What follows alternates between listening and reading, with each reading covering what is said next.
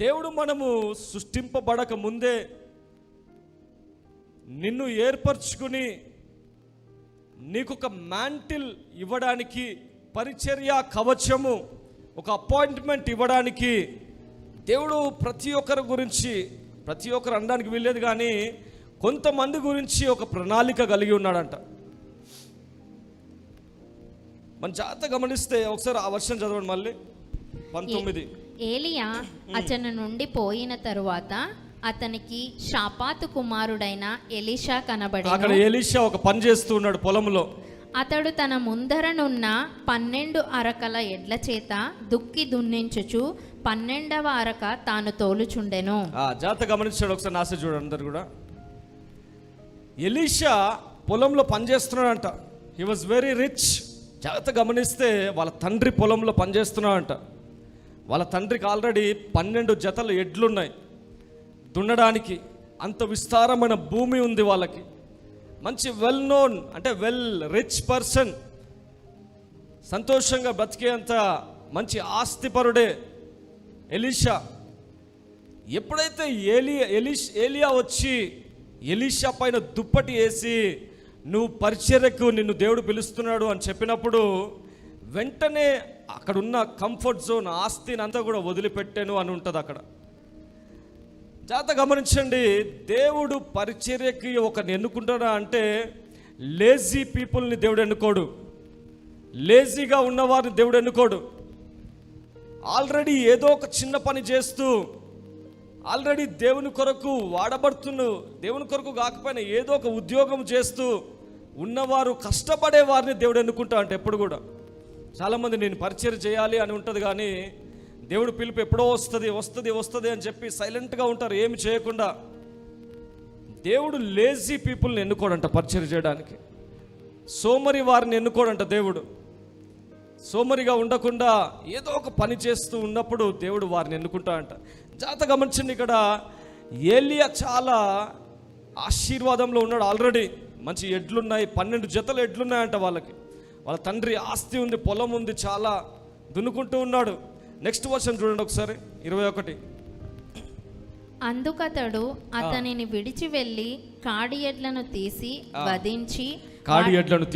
బలించి వాటి మాంసమును గొర్తినో గల చేత వంట చేసి జనులకు వడ్డించెను. వారు భోజనము చేసిన తరువాత అతడు లేచి ఏలియా వెంబడి వెళ్ళి అతనికి ఉపచారం చేయుచుండెను. అందరు చివరి లైన్ జాగ్రత్త చదవండి. ఏలియా వెంట వెళ్ళి అతనికి ఉపచారం అందరు చెప్పండి, అతనికి ఉపచారము చేసెను.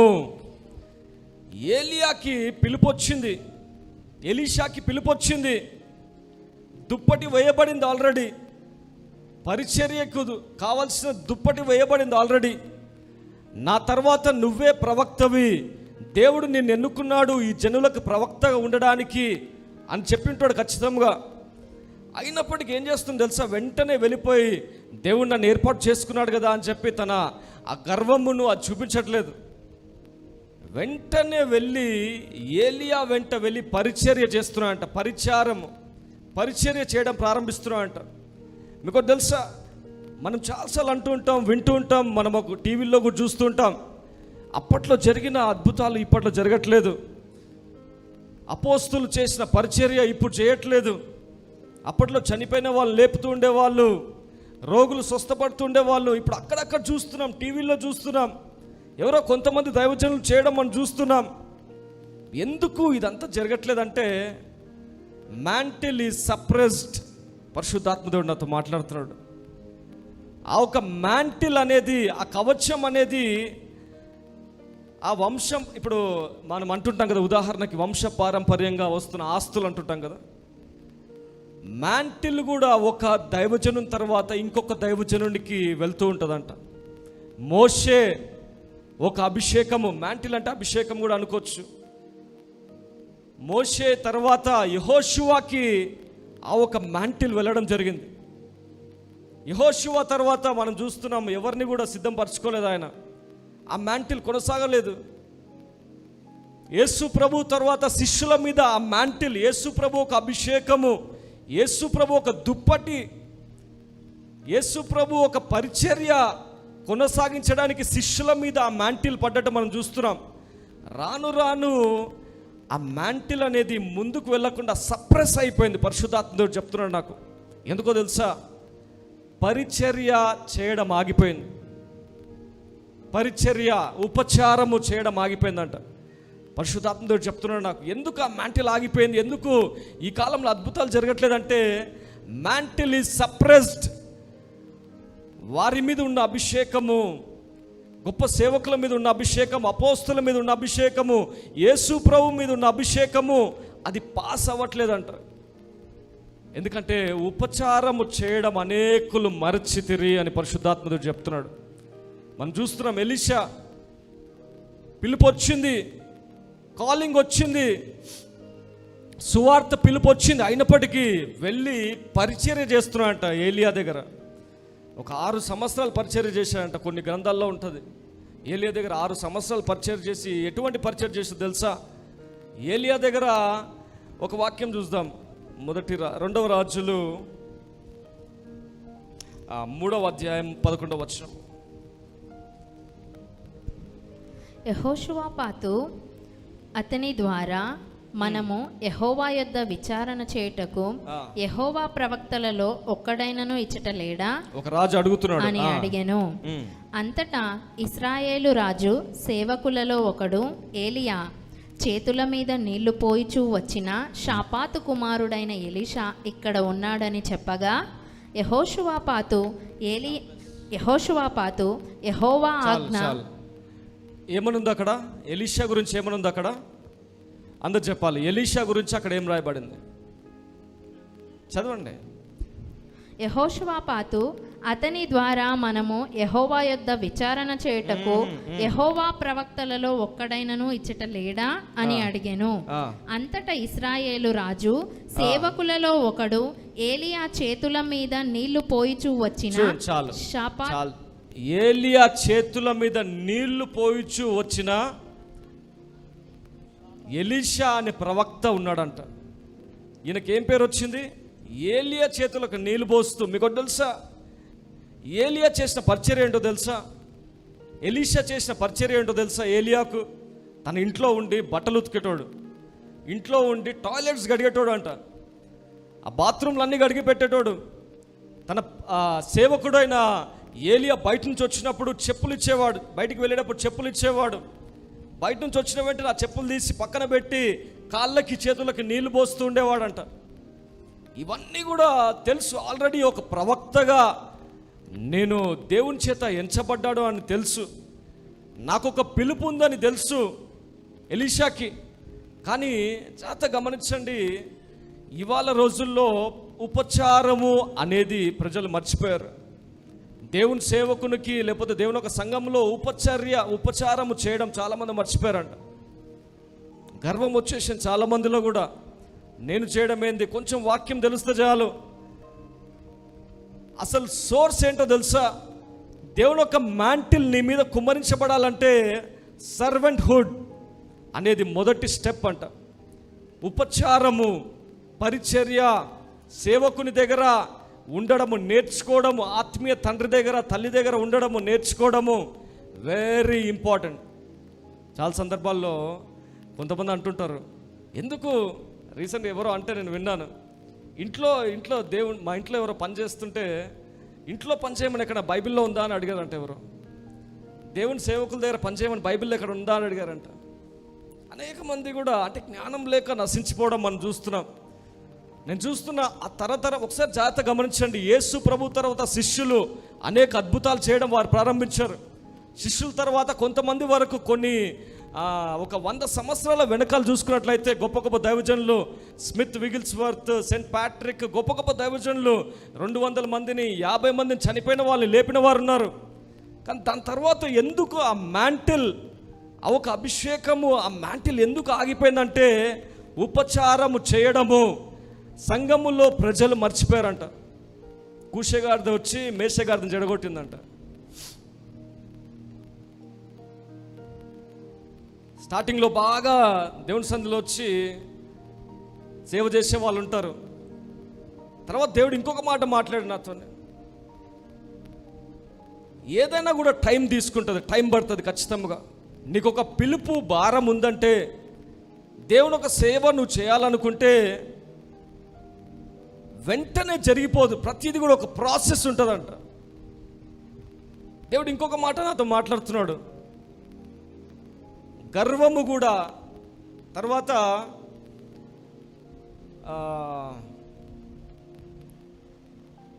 నిర్లక్ష్య స్వభావము, రెవరెన్స్ లేకపోవడం. చాలా గమనించండి, రెవరెన్స్, అందరు చెప్పండి రెవరెన్స్. నిర్లక్ష్యము, అగౌరవము. పని చేయొచ్చు, సంఘంలో దేవుని సేవకుని ఇంట్లో పని చేయొచ్చు, కానీ చేస్తున్న కొలది కొన్ని రోజుల తర్వాత ఏమొస్తుంది తెలుసా? అగౌరవం వస్తుంది.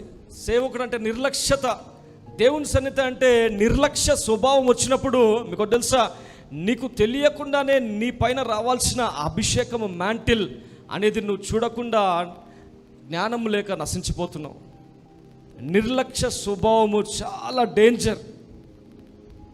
సేవకుని వెనకాల మాట్లాడడం, సేవకుని గురించి మాట్లాడడం వెరీ డేంజర్.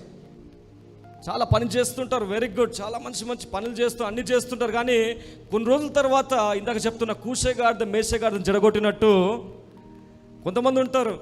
ఇది ఎందుకు చేయాలి, అవసరమా, ఇది చేస్తే చాలదా, ఇది చేస్తే చాలదా? నో. నువ్వు అటువంటి మాటలు విన్నప్పుడు ఏమవుతుందంటే, నేను చూస్తుంటే చాలా ఆసక్తితో చాలామంది దేవుని నమ్ముకున్నప్పుడు, కొత్తగా ఉన్నప్పుడు వాళ్ళు మంచి దేవునికి పరిచయం చేయాలి, ఏదో ఒక చేయాలని వాళ్ళకి ఎంతో ఆశ ఉంటుంది. కొన్ని రోజుల తర్వాత వాళ్ళ ఆ మంట మీద నీళ్లు పోసినట్టు ఎవడో ఒకరు ఉంటారు, వాళ్ళ ఒక ఆ ఆశని చల్లార్చడానికి ఏదో ఒక మాట అనేస్తారు. వాళ్ళు మంచోళ్ళే, వాళ్ళలోంచి సాతాను మాట్లాడిస్తాడు. అందరు మంచోళ్ళే, ఇక్కడ ఉన్న వాళ్ళు అందరు మంచోళ్ళే. అందుకే పేతురుని ఒకసారి పో సాతాను అంటాడు యేసు ప్రభు. ఆ టైంలో సాతాను దూరుతుంది అంతే. వాళ్ళకి అనాలని ఉండదు, అందరికీ ప్రేమనే, అందరికీ కూడా సంతోషం, అందరికీ కూడా బాగా చేయాలనే ఉంటుంది. కానీ తెలియకుండా ఆ మాట అనడం వల్ల కొత్తగా వచ్చిన విశ్వాసి కూడా పరిచర్య చేయకుండా ఆ కూసే గాడిదలతో చేరిపోతారు. మళ్ళీ దేవుని ఒక పరిచర్య కొనసాగట్లేదు. ఆ మ్యాంటిల్, ఆ ఒక కవచము అనేది పాస్ కాకుండా ఆగిపోయింది అని పరిశుద్ధాత్మదేవుడు చెప్తున్నాడు. అనేక సంవత్సరాల నుంచి తెలంగాణలో ఇంకా చాలా ఎక్కువ ఇప్పుడిప్పుడు కొంత నేర్చుకుంటున్నారు పరిచర్య అంటే. దేవుని సేవకునికి ఎట్లా సేవ చేయాలి, సేవకుని దగ్గర ఎట్లా ఉండాలి, తగ్గించుకుని. ఆంధ్ర తెలంగాణలో చాలా గౌరవం, ఒక సేవకుడు అంటే చాలా గౌరవిస్తారు. వాళ్ళ ఇంట్లో వచ్చి అందరు పరిచయం చేస్తుంటారు, సేవకునికి ఏమైనా కావాలా రెడీగా ఉంటారు. నేను చూస్తున్నా, వాళ్ళు చాలా బ్లెస్ అవుతున్నట్టు నేను చూస్తూ ఉంటా. ఎందుకంటే గొప్ప సేవకులు అక్కడ వచ్చి వాళ్ళకి నేర్పించున్నారు పరిచర్య. ఒకరు నేర్పిస్తేనే మనకు తెలుస్తుంది, అవునా? ఆమేన్. సో నీ పిలుపు, నీ కాలింగ్ దేవుని దృష్టిలో నీ పట్ల నెరవేర్చబడాలంటే ఫస్ట్ స్టెప్ ఏంటంటే సర్వెంట్హుడ్. అందరు చెప్పండి, తెలుగులో ఏమంటారు? ఉపచారము అని చెప్పండి అందరు. ఉపచారము. పరిచర్య అంటే మళ్ళీ దేవుని సన్నిధిలో చేయాలి అని ఉంటుంది, అదిగా ఉపచారము అని చెప్పండి అందరు. ఉపచారము చేయటం మరొకడి అని ఉంటుంది బైబిల్లో. దేవుడు యేసుప్రభు కూడా చెప్తాడు ఉపచారము వెరీ ఇంపార్టెంట్. మనం చూస్తున్నాం అక్కడ ఎలీషా ఆల్రెడీ రిచ్ మ్యాన్. మీకు తెలుసా, ఆల్రెడీ ఒక మాస్టర్, ఆయన కింద ఒక 12 మంది 11 మంది ఆల్రెడీ పనిచేస్తున్నారు. ఏం చెప్తున్నా వినేటోళ్ళే వాళ్ళు. మాస్టర్, ఒక లీడర్, ఒక స్థాయిని వదిలేసి మళ్ళీ సేవకునిగా ఎలీషా మారిపోతున్నాడు అక్కడ ఏలియా దగ్గర. హల్లెలూయా. నువ్వు చాలా గొప్పవాడు ఉండొచ్చు, ధనవంతుడు ఉండొచ్చు, నీకు చాలా బయట ఎంతో పేరుండొచ్చు, నిన్నందరూ మాస్టర్ అని పిలుస్తుండొచ్చేమో, కానీ ఎప్పుడైతే నువ్వు సర్వెంట్గా, ఉపచారకురాలిగా మారతావో అప్పుడే దేవుని యొక్క మ్యాంటిల్, దేవుని యొక్క అభిషేకము, దేవుని యొక్క పిలుపు నీ పట్ల నెరవేర్చబడుతుంది. హల్లెలూయా. నువ్వు ఉండొచ్చు, గొప్పవాడి ఉండొచ్చు, కానీ ఎలీషా జీవితంలో మనం చూస్తున్నాం, అన్నీ ఉన్నప్పటికీ అన్నీ ఇచ్చేసి, నేను అన్నీ ఇచ్చేయమని చెప్పట్లేదు, ఏలియా ఈ స్పెషల్ పిలుపు ఉంది. మాస్టర్ స్థాయి నుంచి సేవకుని స్థాయికి వస్తున్నాడంట. మాస్టర్ స్థాయి నుంచి సేవకుని స్థాయికి వస్తున్నాడంట. హల్లెలూయా. 2వ రాజులు 2వ అధ్యాయము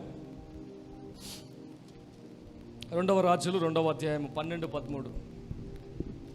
ఎలీషా అది చూచి, నా తండ్రి ఇశ్రాయేలు వారికి రథమును రౌతులను నీవే అని కేకలు వేసెను. అంతలో ఏలియా అతనికి మరలా కనబడకపోయెను. అప్పుడు ఎలీషా తన వస్త్రమును పట్టుకొని 2 తునకలుగా చేసెను.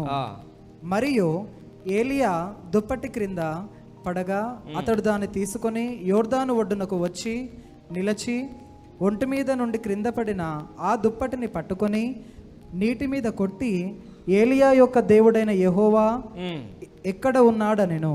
హల్లెలూయా, హల్లెలూయా. దాని తర్వాత దుప్పటి తీసుకుని ఎలీషా కొట్టినప్పుడు ఆ నది చీలిపోతుంది. వెంబడిస్తూ ఉన్నాడంట. నువ్వు వద్దు, రావద్దు. కొన్నిసార్లు పరీక్షిస్తాడు దేవుడు నిన్ను గొప్పగా ఉన్నతమైన స్థాయిలో ఉంచడానికి. నీ పైన ఒక బరువు, ఒక బాధ్యత, ఒక మ్యాంటిల్, ఒక కవచము, ఒక పరిచర్యను దేవుడు ఇవ్వడానికి దేవుడు నిన్ను పరీక్షిస్తూ ఉంటాడంట. కొన్నిసార్లు చాలా కాలం అవుతుండొచ్చేమో, చాలా రోజులు దేవుడు వెయిట్ చేయిస్తాడేమో. Wait patiently. ఒక మాట అంటే పడని స్థితి చాలా మందిలో కూడా, తగ్గింపు లేకపోవడం. దేవుడు అన్ని చూస్తుంటాడు. ప్రతిదీ కూడా నీకు ఒక పెద్ద బాధ్యతను అప్పచెప్పాలంటే మనం చూస్తుంటాం. చిన్నప్పుడు నేను టీవీలో చూసేవాడిని. ఒక ధనవంతుడైన తండ్రి కోట్ల ఆస్తి కొడుకుకి ఇవ్వాలంటే కొడుకుని ముందుగా బయటికి పంపించి ఒక 1000 రూపాయలు లేకపోతే ఒక 10,000 ఇచ్చి దీంట్లోనే నువ్వు బతికి చూపించు అని చెప్పేటోడు. ఆ టెస్ట్ పాస్ అవుతే తండ్రి కోట్ల ఆస్తిని ఇచ్చేవాడంట. అదేవిధంగా మన మీద చిన్న బాధ్యత దేవుడు చూస్తుంటాడు. మనం ఏదన్నా క్రమముగా చేస్తున్నామా, నమ్మకముగా ఉన్నామా, ప్రతిదీ కూడా దేవుడు చూస్తుంటా అంట. ఉపచారము చేయడము మరువకుడి అని బైబిల్లో ఉంటుంది. నువ్వు దేవుని ఒక పిలుపుని నువ్వు అనుభవించాలంటే, ఆ మ్యాంటిల్ని నీ కుటుంబము నువ్వు అనుభవించాలంటే పరిచర్య, ఉపచారము చేయడము మరువకు అని వాక్యం చెప్తుంది. అపోస్తుల కార్యం 6వ అధ్యాయం చూద్దాం ఒకసారి.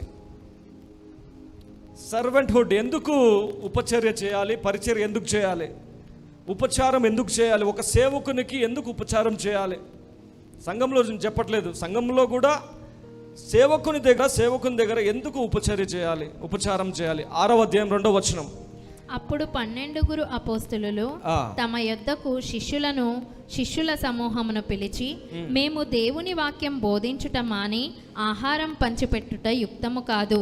కాబట్టి సహోదరులారా, దేవుని వాక్యమును బోధించడం మానేసి ఆహారం పంచిపెట్టుట మేము వండుకుంటూ కూర్చుంటే టైం సరిపోదు దేవుని వాక్యం చెప్పడానికి. అవునా? నువ్వు సేవకుని దగ్గర ఉపచారం చేస్తున్నప్పుడు నేను స్టార్టింగ్లో చూసేవాడిని. మన చిన్న సంఘం ఉన్నప్పుడు మమ్మీ ప్రతి ఆదివారం వండి పెట్టేదన్నమాట స్టార్టింగ్లో. తర్వాత పరిచారకులు వచ్చారు, అందరికీ హెల్ప్ చేయడం ప్రారంభించారు. ఇప్పుడు మమ్మీ ఏం చేయడం ప్రారంభించిందంటే వాక్యములో ఎక్కువ ఫోకస్ చేయడము, దేవుని ఒక వాక్యాన్ని ఎక్కువ చదవడము. ఎందుకంటే పనులు లేవు, టెన్షన్ లేదు, ఇది చేయాలి అది చేయాలని చెప్పి. అందుకే శిష్యులు అపోస్తులు అంటున్నారు, మేము వడ్డించుకుంటా కూర్చుంటే వాక్యం మీద మేము కాన్సన్ట్రేట్ చేయలేకపోతున్నాము అని చెప్పి. 3వ వచనం. కాబట్టి సహోదరులారా, ఆత్మతోనూ జ్ఞానముతోనూ నిండుకొని మంచి పేరు పొందిన 7 మనుషులను మీలో ఏర్పరచుకొనుడి. మేము వారిని ఈ పనికి నియమింతుము. అయితే మేము ప్రార్థన యందును వాక్య పరిచర్య యందును. చూడండి, అపోస్తులు చెప్తున్నారు ఎందుకు ఉపచర్య చేయాలి అంటే, దేవుని సేవకుడు ప్రార్థనలోను, తర్వాత వాక్యములోను. చదవండి, మైక్ తీసుకుని. ఎవరు ఇద్దరు 2 మైక్స్ ఉన్నాయి. ఆత్మతోను జ్ఞానముతోను, ప్రార్థనలోను, వాక్యములోను. వాక్య పరిచర్యలోను ముందుకెళ్ళడానికి మీరు జస్ట్ ఊరికి చదువుతున్నారు అంతే. వాక్యం అర్థం చేసుకుంటున్నారా మీరు? Yes, ready. మళ్ళొకసారి చదవండి. అయితే మేము ప్రార్థన వాక్య పరిచర్యలో మేము ఇంకా వాక్యం ధ్యానించి ఎడతెగక ఎందుమని చెప్పిరి. మీరు ఉపచర్య చేయడం ద్వారా ఉపచారం చేయడం ద్వారా మేము ప్రార్థనలో ఉండొచ్చు, ఇంకా కొద్ది సమయం ఎక్కువగా మేము ప్రార్థనలో గడపవచ్చు, వాక్యం ధ్యానించవచ్చు, అందరి గురించి ప్రార్థించే అవకాశం ఉంటుంది. కాబట్టి నువ్వు సేవకునికి ఉపచారం చేయాలంట. ఉపచారమేనా? ఉపచారం, ఎస్, పరిచర్య. హల్లెలూయా. నెక్స్ట్ చదవండి. ఈ మాట జనసమూహం అంతటికి ఇష్టమైనందున, ఈ మాట అందరికి ఇష్టమైంది. అక్కడ వారు విశ్వాసముతోను, సో అక్కడ ఉన్న శిష్యులందరూ ఏం చేస్తున్నారంటే చూడండి, జాగ్రత్తగా గమనించండి. విశ్వాసముతోను పరిశుద్ధాత్మతోను నిండుకొనిన వాడైన, విశ్వాసముతోను పరిశుద్ధాత్మతో నిండుకొనిన స్తెఫనును వారైన శిష్యులను ఏర్పాటు చేశారంట. అందరు నా సార్ చూడండి. ఒక పరిచర్య చేస్తున్నప్పుడు మీకు తెలుసా, కొంతమందిని అక్కడక్కడ పెట్టినప్పుడు మేమేం ఆలోచిస్తాం తెలుసా? వారికి విశ్వాసం ఉందా? పరిశుద్ధాత్ముడు వారిలో ఉన్నాడా? పరిశుద్ధాత్మను వారు పొందుకున్నారా? మీకు తెలుసా, మన వెనకాల వంట వండే వారందరూ పరిశుద్ధాత్మ చేత నింపబడిన వారే. అక్కడ వంట వండే వాళ్ళు, తర్వాత మన దగ్గర పరిచర్య చేసే వాళ్ళందరూ పరిశుద్ధాత్మ చేత నింపబడ్డవారే. విశ్వాసంలో ఉన్నవారిని మేము ఎన్నుకుంటాం. పరిశుద్ధాత్మ దేవుడు ఆ జ్ఞానం ఇస్తాడనమాట. ఓకే, వీళ్ళు పరిశుద్ధాత్మ చేత నింపబడ్డారు, విశ్వాసంలో ఉన్నారు కాబట్టి వీరికి ఒక పరిచర్య అప్పచెప్పవచ్చు అని పరిశుద్ధాత్మ దేవుడు సేవకునికి బయలుపరిచినప్పుడు సేవకుడు ఏం చేస్తాడంటే కొంతమంది నియమిస్తాడంట. అందరిని ఎవరిని పడితే వాళ్ళని నియమించాడు సేవకుడు. ఆలోచిస్తాడు అన్ని, వీళ్ళు విశ్వాసంలో ఉన్నారా, పరిశుద్ధాత్మను పొందుకున్నారా, వీళ్ళు ఆలోచించి నియమిస్తారు. వెనకాల వంట వండే వాళ్ళందరూ కూడా పరిశుద్ధాత్మ చేత నింపబడ్డవారు. ప్రవక్తలు, వారు ప్రవచించే వాళ్ళందరూ కూడా, సంఘంలో పరిచర్య చేసే వాళ్ళు చాలామంది కూడా అభిషేకంతో నిండిన వారే. ఒక వ్యక్తిని ఒక పరిచర్యకు దేవుడు పిలుస్తున్నా అంటే ఉపచర్య చేయడంలో కూడా పరిశుద్ధాత్మ దేవుని ఒక సహాయం కావాలి. ఒకసారి ఎఫెసీయుల రాసిన పత్రిక 5వ అధ్యాయం చూద్దాం, 21వ వచనం. దాని తర్వాత ఇంకొకరు లేవి కాండము 26:2 తీసి పెట్టండి. క్రీస్తునందలి భయముతో ఒకనికొకడు లోబడియుండుడి.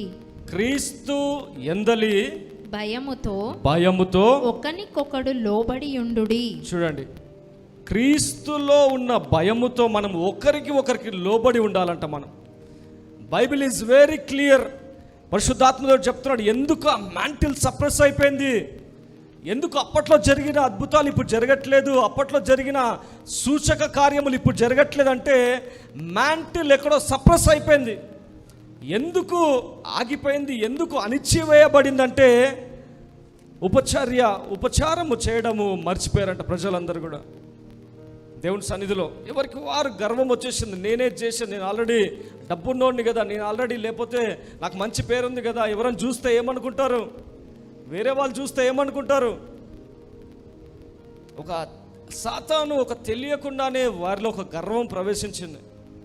పరిశుద్ధాత్మదేవుడు వెరీ క్లియర్గా చెప్తున్నాడు ఈరోజు, ఆ ఒక అభిషేకము పరిచర్య కొనసాగాలంటే, పరిచర్య అద్భుతములు జరగాలంటే ఉపచారము చేయక మర్వకుడి అని బైబిల్లో ఉంటుంది. ఇక్కడ ఏముంది, ఒకరికొకడు ఏం చేయాలంట, లోబడి ఉండుడి. లేవి కాండము 26వ అధ్యాయం 2వ వచనము. లేవి కాండము, ఎస్, నేను నియమించిన, చూడండి, నేను నియమించిన విశ్రాంతి దినములను మీరు ఆచరింపవలెను. నా పరిశుద్ధ మందిరమును సన్మానింపవలెను. ఏముంది అక్కడ, సన్మానింపవలెనంట. నేను యెహోవాను. యెహోవా దేవుడు చెప్తున్నాడు, నా మందిరమును సన్మానించండి. ఇందాక చెప్తున్నా, నిర్లక్ష్య స్వభావము, అగౌరవము, రెవరెన్స్ లేకుండా నువ్వు ఒక స్టేజ్కి వచ్చిన తర్వాత రెవరెన్స్ వెరీ ఇంపార్టెంట్. నిర్లక్ష్యం నీకు వచ్చిందా దేవుడు చూస్తుంటాడు. మామూలు ఒక జస్ట్ ఒక పెద్ద అధికారి, ఉన్నత అధికారి వచ్చినప్పుడే మనం దేవుని సన్నిధిలో కూర్చుని, ఒక హాల్లోకి వెళ్ళినా కూడా, ఎక్కడన్నా కూడా మీ టీచర్ ఉన్నప్పటికీ ఉన్నత అధికారి మీ ముందుంటే మనం చాలా రెవరెన్స్ కలిగి ఉంటాం. ఆ ఒక కృతజ్ఞత భావం, లేకపోతే అమ్మో గొప్ప వ్యక్తి మన ముందు కూర్చున్నాడు, ఒక గౌరవం కలిగి మనం ఉంటాం, కూర్చుంటాం ఆయన ముందు ఒక రెవరెన్స్ కలిగి. ఏం మాట్లాడతారో, ఏం చెప్తారో ఒక తెలుసా. దేవాది దేవుడు మందిరమును గౌరవించాలంట, సన్మానించాలంట. స్టార్టింగ్లో నువ్వు బాగానే ఉంటావు, స్టార్టింగ్లో దేవుని సన్నిధికి వచ్చిన ఆ మెట్లెక్కుతున్నప్పుడే కొంతమంది తెలియక ఆ మెట్లెక్కుతున్నప్పుడే ఒక అమ్మో దేవుని సన్నిధిలో ఎంటర్ అవుతున్నా నేను. కొంతమంది మొక్కుకునే వాళ్ళు ఉంటారు తెలియక స్టార్టింగ్లో. వెరీ గుడ్, అది కూడా గౌరవమే, రెవరెన్సే. తర్వాత లోపలికి వచ్చిన తర్వాత కొన్ని రోజుల తర్వాత గమనిస్తూ ఉంటారు అందరు కూడా, స్టార్టింగ్లో నువ్వు చాలా గౌరవం దేవుని సన్నిధి అంటే, అమ్మో నేను అడుగు పెడితేనే నాకు ఏదో ఒకటి దొరుకుతుంది, ఈరోజు దేవుని సన్నిధిలో స్టెప్ చేస్తే నాకు చాలు, నేను ఒక అద్భుతం పొందుకుంటాను అని స్టార్టింగ్లో నువ్వు అనుకునేదాను. రాను రాను కొంతమందిని చూసి నువ్వేమోపోతున్నావు అంటే, దేవుని సన్నిధి పట్ల ఆ క్రిస్టియన్స్ అంటే ఇట్లే ఉంటారేమో, అంత గౌరవించిన అవసరం లేదేమో, రెవరెన్స్ వెళ్ళిపోతుంది, దేవుని పట్ల భయము గౌరవం వెళ్ళిపోతుంది. సేవకునితో మాట్లాడేటప్పుడు నేను చూస్తుంటా, చాలామంది గమనిస్తూ ఉంటా, సేవకునితో మాట్లాడినప్పుడు స్టార్టింగ్లో ఎంతో గౌరవంతో చెప్పండి పాస్టర్ గారు, చెప్పండి అయ్యగారు చెప్పండి, పాస్టర్ గారు చెప్పండి అని మాట్లాడే వాళ్ళు, చెప్పు చేసినావా నువ్వు, కనీసం నిజంగా చెప్తున్నా మీరు అనే అలవాటు కూడా లేదు చాలామందికి. చేసినావా, తెచ్చినావా, ప్రార్థన చేయి, నాకు భయము లేదు, రెవరెన్స్ కోల్పోయారు చాలామంది కూడా. మీరు అనే అలవాటు కూడా కోల్పోయారు చాలామందికి. చేశారా, ప్రార్థన చేయండి, కొన్ని నేర్పియాలి, అవునా, కొన్ని నేర్పిస్తే నేర్చుకుంటారు. మీరేం చేస్తున్నారు, మీరు బాగున్నారా అన్న, ఎట్లా ఉన్నారు అన్న ఎట్లున్నావు, ఓకే పర్లే, కొంచెం గౌరవం అగౌరవంగా ఉంటుంది అది, కానీ కొంచెం రెఫరెన్స్ లోపల. ఓకే, లాంగ్వేజ్ గురించి నేను చెప్పట్లేదు, నీ లోపల ఎటువంటి హృదయం నువ్వు కలిగి ఉన్నావు. ఎట్లున్నావు అన్న ఎట్లున్నావు అనడం వేరే, అన్న ఎట్లున్నారన్నా, అన్న ఎట్లున్నావు అన్న అని ఆ లోపల నుంచి వచ్చేది వేరే ఉంటుంది, అవునా. పరిశుద్ధాత్ముడు చెప్తున్నాడు, ఆ రెఫరెన్స్, ఆ ఒక గౌరవం లేకపోవడం వల్ల చాలామంది అభిషేకము, ఆ మ్యాంటిల్ని కోల్పోతున్నారంట చాలామంది. ఎంతమందికి అర్థమవుతుంది చెప్పేది? ఎస్, హల్లెలూయా. పరిశుద్ధాత్ముడు కొన్ని మాటలు నేర్పిస్తున్నాడు. అపోస్తుల కార్యం 13వ అధ్యాయంలో 1 నుంచి 3 వరకు అక్కడ చూస్తే, అపోస్తుల కార్యములు 13వ అధ్యాయం. అంతియొకలోనున్న సంఘములో బర్నబా, నిగేరనబడిన సుమయోను, కురేనీయుడైన లుకియా, చతురాధిపతి అయిన హేరోదు కూడా పెంచబడిన మనయేను, సౌలు అను ప్రవక్తలను బోధకులు ఉండిరి. వారు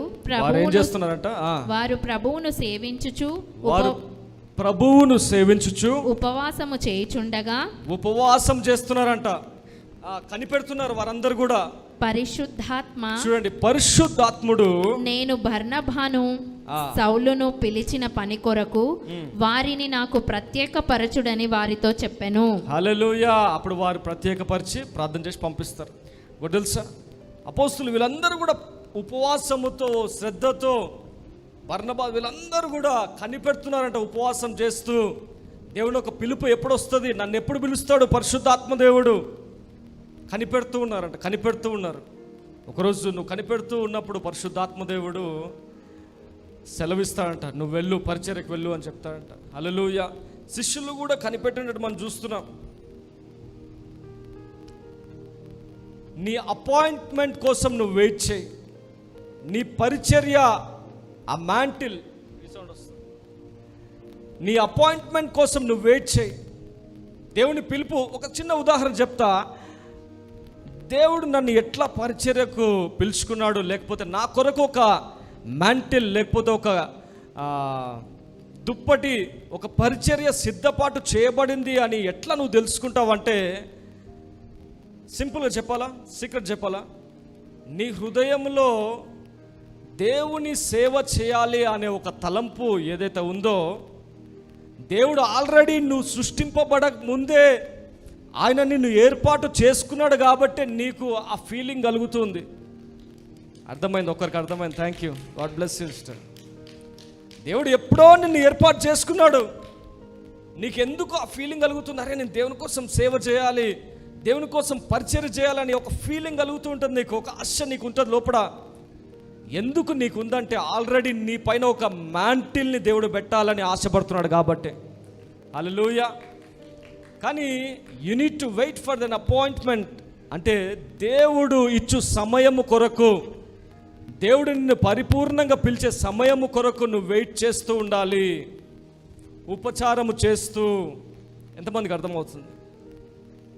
దేవుని యొక్క సమయము కొరకు నువ్వు వెయిట్ చేస్తుండాలి. అపాయింట్మెంట్. మీకు తెలుసా, ఎలీషా కూడా ఏలియా దగ్గర 6 సంవత్సరాలు పనిచేశాడంట. చేస్తూ ఉన్నాడు. ఆ కాలంలో అనేక మంది ప్రవక్తలు ఉన్నప్పటికీ దేవుడు ఆల్రెడీ ప్రవక్తలు ట్రైనింగ్ అవుతున్నారు అక్కడ. ఆల్రెడీ స్కూల్ ఆఫ్ ప్రాఫిట్ జరుగుతుంది అక్కడ. ప్రవక్తలు, అనేక మంది ప్రవక్తల ఆ కుమారులు ఉన్నారు అక్కడ, చాలామంది ఉన్నారు. వాళ్ళందరినీ కాదని దేవుడు ప్రిపరేషన్ లేకుండా ఉన్న ఒక వ్యక్తిని, ఏలియాని దేవుడు ఎన్నుకున్నాడంట. ఎందుకో తెలుసా? ఇందాక నేను చెప్తున్నాను, రెవరెన్స్ కోల్పోయారు చాలామంది, గౌరవం కోల్పోయారు చాలామంది. స్టార్ట్ చేశారు, బాగానే స్టార్ట్ చేశారు, కానీ ఆ ఒక గౌరవం కోల్పోయారు. దేవుని పట్ల గౌరవం, దేవుని యొక్క సన్నిధి పట్ల గౌరవం. అందుకే దేవుడు ప్రవక్తల కుమారుల్లో కాకుండా బయట నుంచి ఒక వ్యక్తిని ఎన్నుకున్నాడు. హల్లెలూయా. So be careful. నువ్వు ఏ స్థితిలో ఉన్నావు, నువ్వు దేవుని యొక్క సన్నిధి గురించి, సేవకుని గురించి నువ్వు రెవరెన్స్ కోల్పోయావా? పరిశుద్ధాత్మ దేవుడు మాట్లాడుతున్నాడు. నువ్వు ఆల్రెడీ యూ లాస్ట్ అంటే దేవుని యొక్క ఆ మ్యాంటల్ నీ పైన రాకుండా, నీకు నువ్వు జ్ఞానం లేకుండా నశించిపోతున్నావు. ఈరోజు పరిశుద్ధాత్ముడు కొంచెం జ్ఞానం బోధిస్తున్నాడు. అవునా? హల్లెలూయా. చెప్పకుండా ఎట్లా తెలుస్తుంది? అవునా? పరిశుద్ధాత్మ దేవుడు మాట్లాడుతున్నాడు. ఎందుకు ఆగిపోయింది? పరిశుద్ధాత్మ దేవుడిని అడుగుతున్నప్పుడు పరిశుద్ధాత్మ దేవుడు చెప్తున్నాడు, మ్యాంటిల్ హ్యాస్ బీన్ సప్రెస్డ్. ఆగిపోయింది చాలా కాలము. ఎందుకంటే ఉపచారం చేయడం మర్చిపోయారు ప్రజలు. ప్రతి ఒక్కరు నేను గ్రేట్, నాకు నేనే గ్రేట్, నాకు కొంచెం వాక్యం తెలుస్తే చాలు, కొంచెం బైబిల్ తెలుస్తే చాలు, నేనేంది. కొంచెం బైబిల్ బాగా తెలిస్తే పక్కనోడు నీకు పాపిలాగా అనిపిస్తాడు. అవునా? కొంచెం బాగా భక్తిలో ఉంటే, ఒక 2 రోజులు ఉపవాసం ఉంటే పక్కనున్న వాళ్ళందరూ నీకు పాపల్లాగానే కనిపిస్తారు. అవునా? కొంచెం మనలో విశ్వాసం కొంచెము పెరుగుతున్న కొదలది మనలో రెవరెన్స్ తగ్గిపోతుంటుంది. అందుకే వాక్యం చెప్తుంది, మీరు అందరూ ఒక్కనికొకడు లోబడి ఉండాలంట, ఒకనికొకడు. సో నీ సొంతంగా నువ్వు అపాయింట్ చేసుకోవడానికి వీల్లేదు. ఓకే, దేవుడు అందరినీ పిలుచున్నాడు. అందుకే యేసుప్రభు ఒక మాట అంటాడు, పిలువబడ్డవారు అనేకులు కానీ పంపబడ్డవారు కొందరే అంట. ఏర్పరచబడ్డవారు అనేకులు. సరే, అర్థమయ్యే భాషలు చెప్తున్నా. కాలింగ్ ఉంది, అందరికీ కాలింగ్ ఉంది, పిలువబడ్డారు, ఏర్పరచబడ్డారు. కానీ కొంతమందే వెళ్తారంట. ఎందుకో తెలుసా? ఉపచారము. పిలుపు అందరికి ఉంది, అందరికి కొంతమంది ఉండొచ్చు, కానీ కొంతమందే వెళ్తారంట. దేవుడు చెప్తున్నాడు. యేసు ప్రభు కూడా 30 సంవత్సరాలు వెయిట్ చేశాడంట అపాయింట్మెంట్ కోసం. హల్లెలూయా. యేసు ప్రభు పరిచయం చేస్తూ వడ్రంగి పని చేసేవాంట. కార్పెంటర్ రాజన్న ఉన్నాడు ఇక్కడ. వడ్రంగి పని చేసేవాంట. ఇంట్లో వెరీ క్లియర్గా ఉంటుంది బైబిల్లో, వడ్రంగి వాడైనా అంటుంది. యేసు ప్రభు తండ్రి దగ్గర లోబడి నేర్చుకుంటున్నాడు, విధేయత చూపించి కార్పెంటర్ పని చేస్తూ ఉన్నాడు. లేదు నేను పంపబడ్డాను అని వెళ్ళిపోలేదు. Appointment time very important. Appointed time. Appointment అంటే తెలుగులో ఏమంటారు? నియమించబడిన, ఏర్పాటు చేయబడిన సమయము చాలా ఇంపార్టెంట్. వెయిట్ చేయి, అప్పటిదాకా వెయిట్ చేయి, కనిపెట్టు, దేవుని సన్నిధిలో కనిపెట్టు. ఒకరోజు దేవుడు నేను ఉన్నత స్థాయిలో ఉంచుతాడు. హల్లెలూయా. యోసేపు జీవితంలో కూడా అదే జరిగింది. యోసేపు కూడా ఒకరోజు తండ్రి ఏం చేస్తాడంటే, యోసేపు వాళ్ళ తండ్రి 11 మందిలో 11వ వాడు యోసేపు. అంత నా సైడ్ చూడండి. ఇష్టముగా ఒక గౌన్ తీసుకుని, ఒక మ్యాంటిల్. ఇంకోటి గుర్తుపెట్టుకోండి, నీ పైన మ్యాంటిల్ ఉందని గనుక నీకు తెలిస్తే, లేకపోతే ఒకవేళ ఉన్నట్లయితే చాలామంది నిన్ను ద్వేషిస్తారు. జాగ్రత్తగా గమనించండి. మ్యాంటిల్ నీ పైన ఉన్నట్లయితే, అంటే పరిచర్య పిలుపు నీకున్నట్లయితే, అనేక మంది నిన్ను ద్వేషించే వారిగా ఉంటారు. ఒకవేళ నిన్ను ఆల్రెడీ ద్వేషిస్తున్నారు అంటే నీ పైన దేవుని పిలుపు ఉంది అని అర్థం. హల్లెలూయా. మనం చూస్తున్నాం, యోసేపుకి ఎప్పుడైతే తండ్రి మంచి కలర్ఫుల్ ఆ మ్యాంటిల్ అనుకుందాం, ఒక గౌన్ వేస్తాడు, కోట్ ధరించిన వెంటనే అన్నదమ్ములందరికీ అసూయ వచ్చేసిందంట. ఆ మ్యాంటిల్ ఉన్న రోజు నుంచి అసూయ చేసింది అందరికీ కూడా. మనం చూస్తున్నాం యోసేపు కొన్ని సమస్యలు తట్టుకున్నాడు, టెంప్టేషన్ తట్టుకున్నాడు. చాలా కాలం తర్వాత ప్రైమ్ మినిస్టర్ అయిపోయాడు యోసేపు, రాజుగా నియమించబడ్డాడు ఆల్మోస్ట్. హల్లెలూయా. ఇక్కడ ఉన్న ప్రతి ఒక్కరిని కూడా రాజుగా ఉన్నత స్థానంలో నియమించాలని దేవుని యొక్క ఉద్దేశం. మధ్యలో కొన్ని వస్తాయి, నీపైన దేవుని యొక్క మ్యాంటిల్ ఉంది, కానీ నువ్వు చివరి వరకు నమ్మకంగా ఉన్నావా? టైం పడుతుంది, కొన్ని రోజులు వెయిట్ చేయి. పరిశుద్ధాత్మదేవుడు మాట్లాడుతున్నాడు. హల్లెలూయా. ఆదికాండం 37వ అధ్యాయం, ఇంటికి వెళ్ళాక చదువుకోవచ్చు మీరు. 37వ అధ్యాయం చదవండి, యోసేపు గురించి ఉంటుంది. So it's not late. పరిశుద్ధాత్మదేవుడు మాట్లాడుతున్నాడు, సమయం మించిపోలేదు.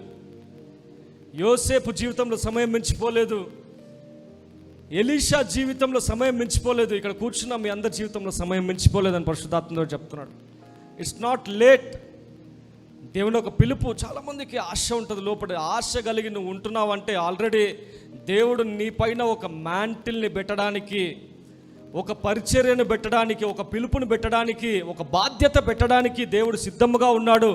నువ్వు సృష్టింపబడక ముందే, నువ్వు తల్లి గర్భంలో రూపించబడక ముందే ఆయన నిన్ను ఏర్పాటు చేసుకుని నీ పట్ల ఒక ప్రణాళిక ఆయన కలిగి ఉన్నాడు. హల్లెలూయా. ఇందా నేను చెప్తున్నాను, నీ పట్ల ప్రణాళిక ఉన్నట్లయితే చాలామంది నిన్ను దూషిస్తారు.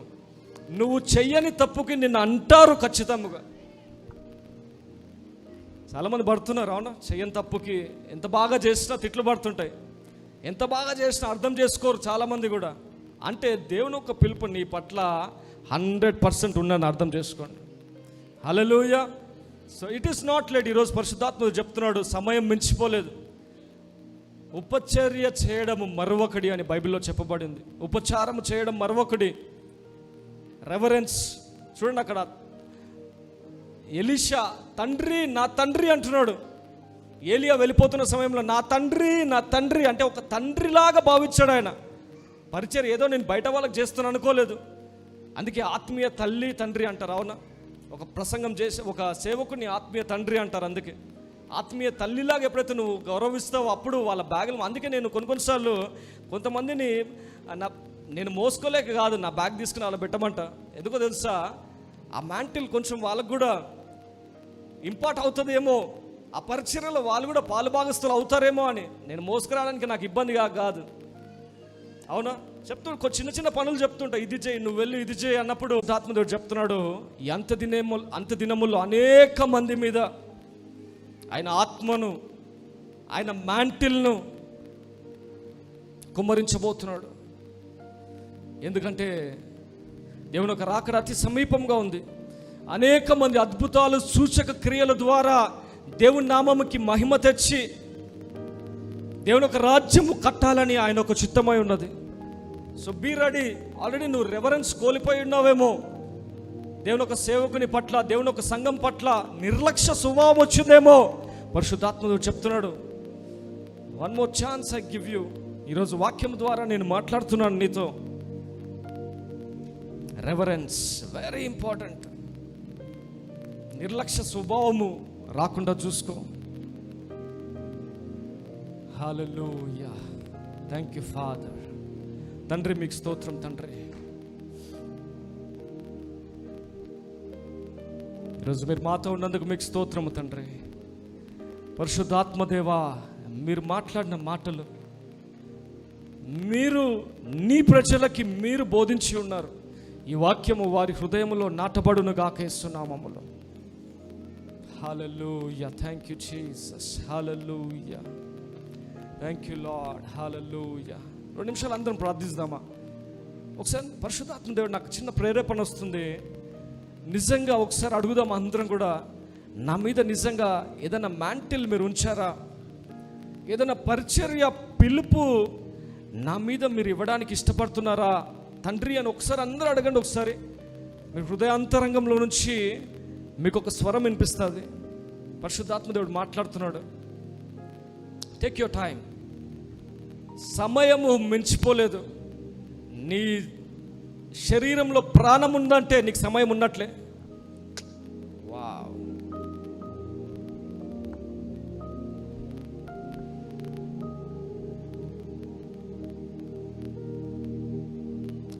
ఒక ఆశ నేను చూస్తున్నా, చాలా మందితో పరిశుద్ధాత్మ దేవుడు మాట్లాడుతున్నాడు. Yes, I have chosen you. నేను పిలుచుకుని ఉన్నాను. On the right time, appointed టైంలో నిన్ను హెచ్చిస్తాను, నిన్ను వాడుకుంటాను అని పరిశుద్ధాత్మ దేవుడు చెప్తున్నాడు. Wait for the appointed time. పరిశుద్ధాత్మ దేవుడు చెప్తున్నాడు, నీ సమయము గురించి నువ్వు ఆగు, వెయిట్ చేయి, కనిపెట్టు అని పరిశుద్ధాత్మ దేవుడు చెప్తున్నాడు.